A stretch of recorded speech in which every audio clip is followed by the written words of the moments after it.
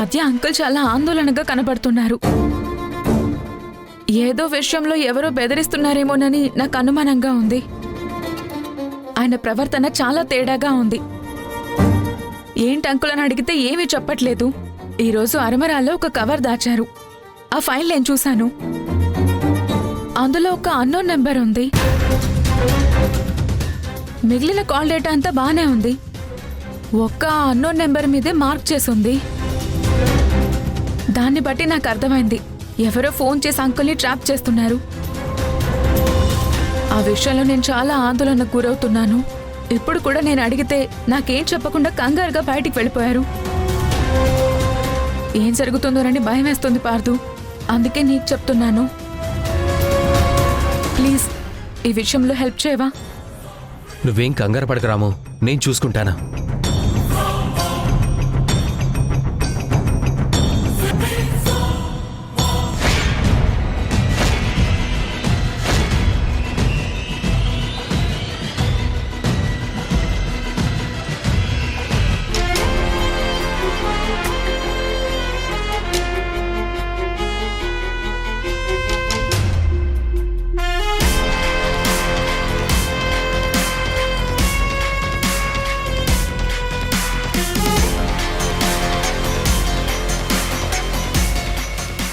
వాసుదేవరావు ఇంకా రాలేదేంటి? కొడుకంటే ప్రేమ తగ్గిందా, లేక నేను కొడుకును కానని తెలిసిందా? నేను శివని కాను అని తెలిసే సమస్య లేదు కదా. చూడాలన్నాడు, అందుకే రమ్మన్నాడు. మరి వాడికి ఆతృత ఉండాలి కదా. భాను పిలిస్తే పరిగెత్తుకుంటూ వెళ్తాడు, శివ పిలిస్తే ఇంత నిదానంగా వస్తాడా?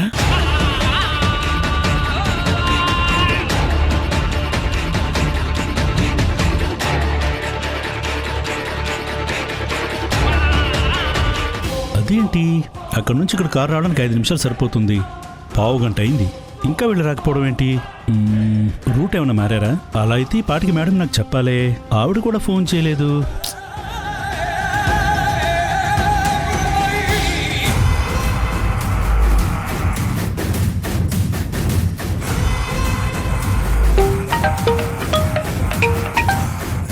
ఏంటి, పని అయిపోయిందా?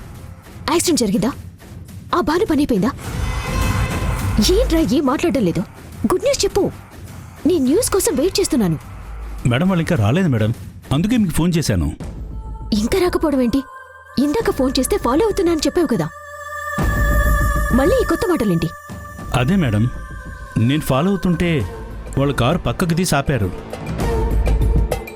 నేను ఫాలో అవుతున్నానని డౌట్ వచ్చిందేమో అని నేను వ్యాన్ ముందుకు తీసుకొచ్చాను. ఇక్కడ వెయిట్ చేస్తున్నాను, కానీ వాళ్ళు ఇంకా రాలేదు మేడం. అసలు నీకు బుద్ధుందా? పెద్ద ప్రొఫెషనల్ కిల్లర్వని నా దగ్గర డబ్బులు తీసుకున్నావు. నువ్వు ఎవరో ప్రపంచానికి తెలీదు. నీ ముఖం ఎలా ఉంటుందో భానుకి తెలీదు. కాబట్టి ఈ యాక్సిడెంట్ నిన్ను చేయమని చెప్పాను. ఎస్కార్ట్ వెహికల్ లాగా నువ్వు ఫాలో అయ్యి ఉంటావు. భానుకి డౌట్ వచ్చుంటుంది, అందుకే కారు ఆపేసింది. అది కాదు మేడం, అక్కడ రోడ్డు మీద జనాలందరూ ఉన్నారు. ఇక్కడ నిర్మానుష్యంగా ఉంది, అందుకే అక్కడ చేయలేకపోయాను మేడం. వాళ్ళు వస్తే యాక్సిడెంట్ చేద్దామని పావు గంట నుంచి వెయిట్ చేస్తున్నాను మేడం. వాళ్ళ కారు మాత్రం రాలేదు మేడం. అందుకే డౌట్ వచ్చి మీకు ముందు ఫోన్ చేశాను, వాళ్ళు ఏమన్నా రూట్ మార్చుకున్నారేమోనని. నీకు పనప్పగించి నేను బుద్ధి తక్కువ పని చేసినట్టున్నాను. ఫాలో అయ్యింది నువ్వు, యాక్సిడెంట్ చేయవలసింది నువ్వు.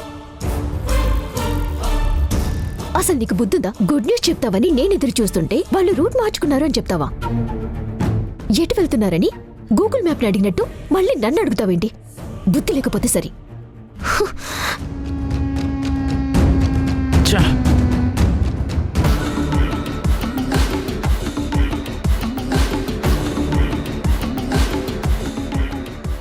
ఏంటిది?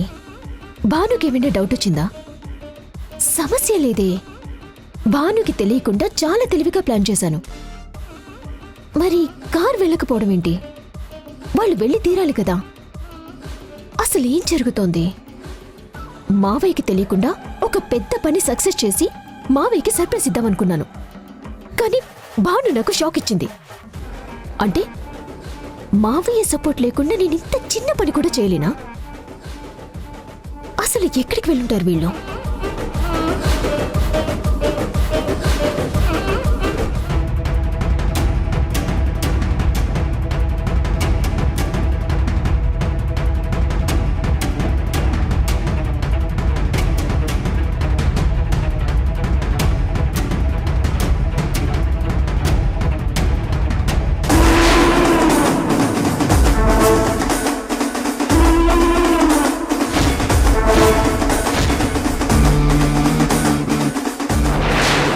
వీళ్ళు ఇక్కడికి వచ్చారేంటి? బాను ఇక్కడికి తీసుకొచ్చిందేంటి? అమ్మో, వీళ్ళకి నేను కనపడ్డానంటే చచ్చినట్టే. వీళ్ళు వెళ్లే వరకు నేను ఆ రూమ్లోనే ఉండాలి.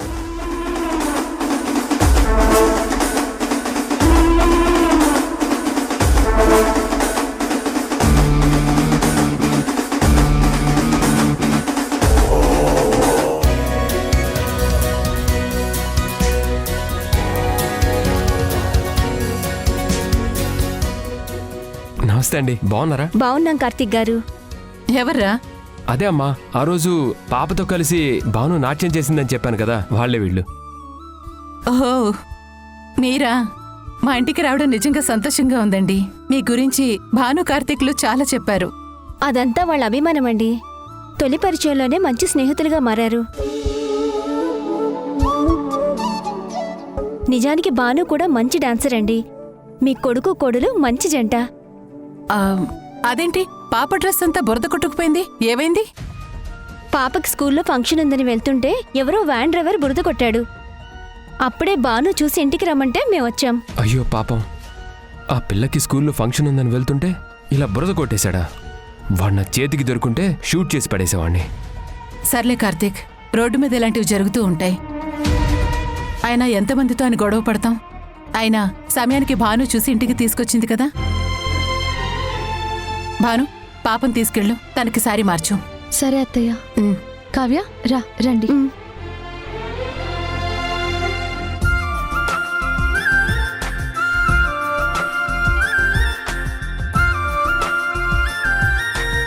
దీన్ని పైకి పంపిద్దామని నేను ఏర్పాటు చేస్తే నన్ను బుక్ చేయడానికి వీళ్ళని ఇంటికి తీసుకొని వచ్చింది. బాను తెలిసి చేసినా తెలియకుండా చేసినా నేను ఇరుక్కునే పనులే చేస్తుంది. ఇప్పుడు వీళ్ళు నన్ను ఇక్కడ చూసి గుర్తుపట్టారంటే నేను వాళ్ళ ఇంటికి ఎందుకు వెళ్ళాను అని బానుకి ముసల్దానికి అనుమానం వస్తుంది. అప్పుడు మా మావయ్య విషయంలో నేను ఆడిన నాటకం మొత్తం బయటపడుతుంది. లాభం లేదా, అర్జెంటుగా ఏదో ఒకటి ప్లాన్ చేయాలి. రండి.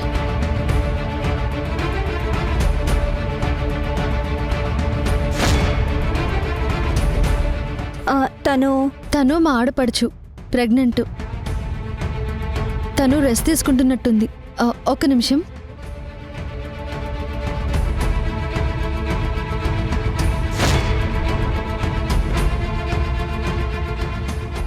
పదండి, పక్క రూమ్లో డ్రెస్ మార్చుకుందరు.